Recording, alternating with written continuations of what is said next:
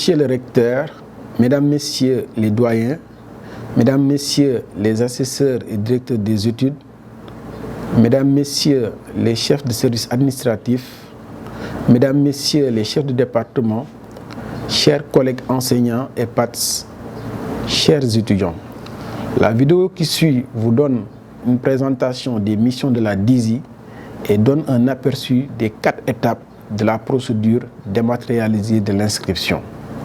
Il s'agit de la préinscription en ligne, du paiement des frais d'inscription auprès de l'opérateur InTouch, de la visite médicale et du quitus à la bibliothèque universitaire.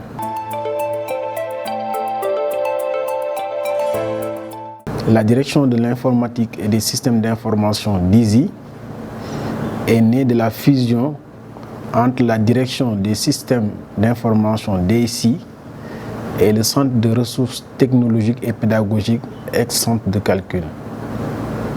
La mission principale de la DISI est de mettre en œuvre la politique IT de l'UCAD et par ricochet d'assurer le support digital aux activités de gestion, d'enseignement et de recherche. En effet, la DISI est chargée d'assurer la mise en œuvre du plan stratégique de l'UCAD. Elle est chargée de réaliser les tableaux de bord pour l'aide au pilotage de l'institution et ses démembrements. La DISI est chargée d'assurer une veille technologique permanente et la traduire dans des projets d'avenir au service des missions de l'université. La DISI est chargée de mettre à jour et de renforcer les infrastructures informatiques et de télécommunications. La DISI est chargée de développer et constituer un système d'information intégré et en assurer une cohérence globale. La DISI est chargée de proposer des formations pour les différentes composantes de l'université en matière de TIC et e-learning. Et enfin, la DISI est chargée aussi de mettre en place des dispositifs pour développer et promouvoir l'enseignement à distance en mettant à disposition des studios d'enregistrement, des plateformes de gestion de l'apprentissage en ligne et des plateformes de live streaming. Cette procédure qui a été dématérialisée cette année est déclinée en 7 étapes. La première étape, c'est l'autorisation de l'inscription qui est réalisée par les scolarités. La deuxième étape, c'est la création et l'activation de comptes sur la plateforme de préinscription en ligne pour les étudiants. La troisième étape, c'est la préinscription en ligne où les étudiants vont fournir des informations générales et en même temps faire la préinscription pédagogique. La quatrième étape, c'est le paiement des frais d'inscription que nous avons aussi dématérialisé cette année. La cinquième étape, c'est la visite médicale qui a été aussi dématérialisée avec l'appui des médecins agréés à l'échelle nationale. La sixième étape, c'est le quitus de la bibliothèque. Les étudiants doivent être en règle pour pouvoir finaliser leur inscription. Et la dernière étape, c'est que lorsque l'étudiant aura terminé toutes les étapes, les scolarités devront valider l'inscription de l'étudiant.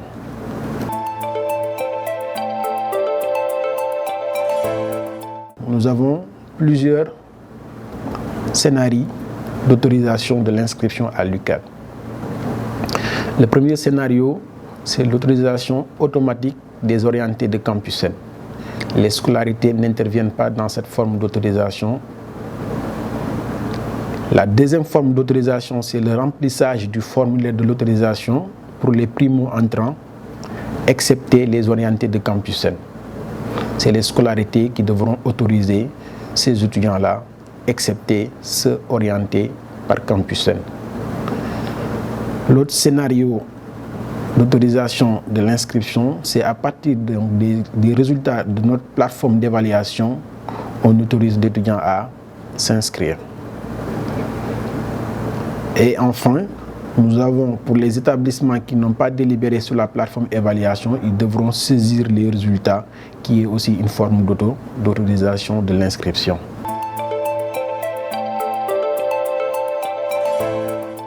L'étudiant a la possibilité maintenant, pour ceux qui sont autorisés à faire l'inscription, d'aller sur la plateforme pour créer un compte. Le compte qui est créé puis activé, l'étudiant maintenant peut se connecter pour faire sa préinscription en ligne. Donc pour cela, il va utiliser le nom d'utilisateur et le mot de passe qui a été envoyé au moment de la création du compte. Dès qu'il se connecte, il a deux étapes.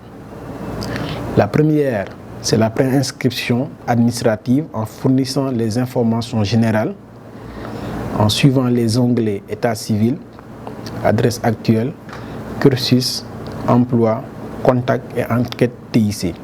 Par la suite, l'étudiant est redirigé vers la préinscription pédagogique où il aura la possibilité donc de faire le choix des horaires de TD pour les étudiants de la FSJP et de la FASEG, le choix des langues pour les étudiants de la faculté des lettres et le choix des options pour les filières ayant des options.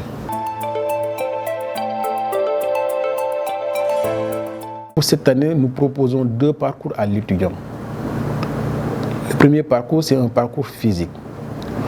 L'étudiant va se rendre dans un guichet du réseau Intouch, qui est notre partenaire cette année pour les paiements de frais d'inscription. L'étudiant verse le montant des frais d'inscription au niveau du guichet, puis réclame un reçu de paiement ou bien reçoit par SMS un message de confirmation. Le deuxième parcours que nous proposons à l'étudiant, c'est le parcours en ligne. L'étudiant, au niveau de son espace dans l'application de préinscription en ligne, une fois que la préinscription en ligne soit terminée, il a la possibilité de cliquer sur le bouton payer et est redirigé dans l'interface de paiement de TouchPay. Et là, il choisit son moyen de paiement, exemple Orange Money, clique sur suivant et renseigne par la suite son numéro de téléphone et son adresse mail, puis confirme le paiement. Le paiement, une fois validé, l'étudiant reçoit une confirmation par SMS. La troisième étape, c'est la visite médicale.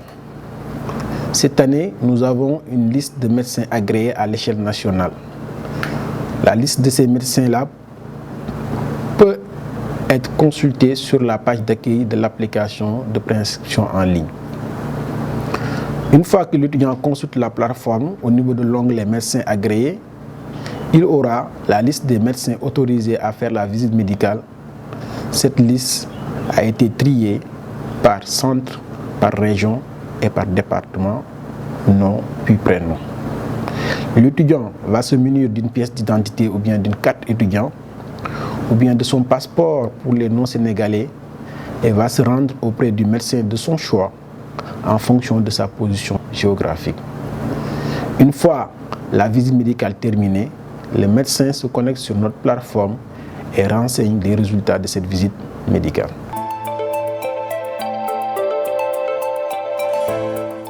Les étudiants, surtout les anciens, ayant emprunté des ouvrages à la bibliothèque, devront les rendre pour être en règle. C'est une condition sine qua non pour avoir le quitus de la bibliothèque. Cette étape ne concerne pas les primo-entrants.